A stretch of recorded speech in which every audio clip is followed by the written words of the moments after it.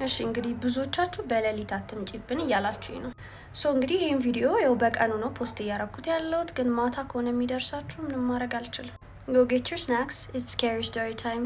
ኦኬ ይሄን ታሪክ ያጋራች ልጅ ስሟ እንዲጠቀስ አትፈልግም። ቀጥታ ወደ ታሪኩ እንገባለን። ስሜ እንዲጠቀስ አልፈልግም። የምኖረው አዲሱ ገበያ በሚባል ሰፈር ነው። የተወለድኩትም በዛው ስፍራ ነው።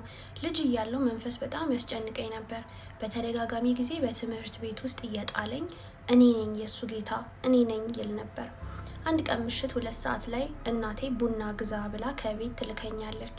በወጣውበት ቅጽበት አያቴ በፊት ቡና የምታፈላበት አድባር ነበርና እናቴ አሁን ድረስ ለሱ ቡና ታፈላለታለች። በዛ ሰዓት ከቤት እንደወጣው የሆነ ነገር ስሜን ሲጠራ ሰማው። ቀልቤ ግፍፍ አለ። በስማም ብዬ ልሄድ ስል በድጋሚ ዞር ስል አንድ አስፈሪ ነገር አየው። በጣም ያስፈራ ነበር። ብደነግጥም ራሴን ለማዳን ወሰንኩ። ከዛም ሮጬ ወደ ቤት ገብቼ በሩን ቆለፍኩት። እናቴ ደንግጣ ምን ሆነ ነው አለችኝ። ያየሁትንም ነገር ስነግራት ቤቱን በልልታ አቀለጠችው። የእናቴ ከረማ አንተን ፈልጎሃል አለችኝ። ከዛም እጄን ይዛ ወደ አድባሩ ወሰደችኝ። ከዛም እኔን ቅቤ ቀባችኝ። በድንገት ከራማ የሚባለው ነገር መጣ። እየፎከረ የኔ ነው እሱ የኔ ነው አለ። ከዛም የአያቴ የምትፈርድበት ቤት ይዞኝ ገባ። ከዛም ግንባሬንና አፍንጫዬን ከግድግዳ ጋር እያጋጨኝ ከአፌ የሚወጣውን ደም አስጠጣኝ። በጣም ታመምኩ። የወደፊት ህይወቴ አሰጋኝ። ከዛም በማግስቱ ትምህርት ቤት ልሄድ ስነሳ መሄድ እንደማልችልና አልታዘዝ ካልኩት እንደሚያሰቃየኝ ነገረኝ። እኔም አልቀርም በማለት ወደ ትምህርት ቤት ተነስቼ ሄድኩኝ። ትምህርት ቤት እንደገባው ሰውነቴን የሆነ ነገር ሲቆጣጠረኝ ተሰማኝ። ከዛም ራሴን ሳላቅ ሰዓታት አለፈ። ከዛም ራሴን ሳቅ ያለሁት አያቴ የምትፈርድበት ቤት ውስጥ ነው። ሰው ተሰብስቦ እልል እያሉ እየሰገዱ ነበር።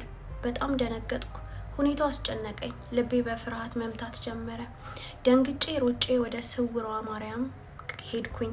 አሁን እዛው እየተጠመቅኩኝ ነው። እድሜም 18 ነው። እባክሽ ህዝቡ ከዚህ እርኩስ መንፈስ እንድላቀቅ እንዲጸልዩልኝ መልእክቴን አስተላልፊልኝ።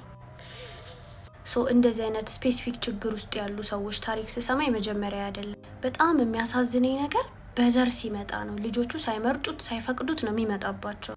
በዋናነት እናት ወይም አባቶቻቸው ኢንቮልቭድ ከሆኑ እንደዚህ አይነት ነገር ላይ እንዲያቆሙ አይፈለግም። ስለዚህ እነሱ ወይ ቢሞቱም እንኳን ወይ ቢታመሙና ቢያቆሙ ልጆቻቸው ያንን እንዲቀጥሉ ይገደዳሉ እና ልጆች ባልመረጡት ህይወት ይሰቃያሉ። ትክክለኛ ውሳኔ ነው የወሰንከው።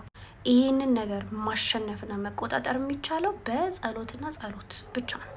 ሌላ ማንኛውም ሰው ለዚህ መፍትሄ ሊሰጥ አይችልም።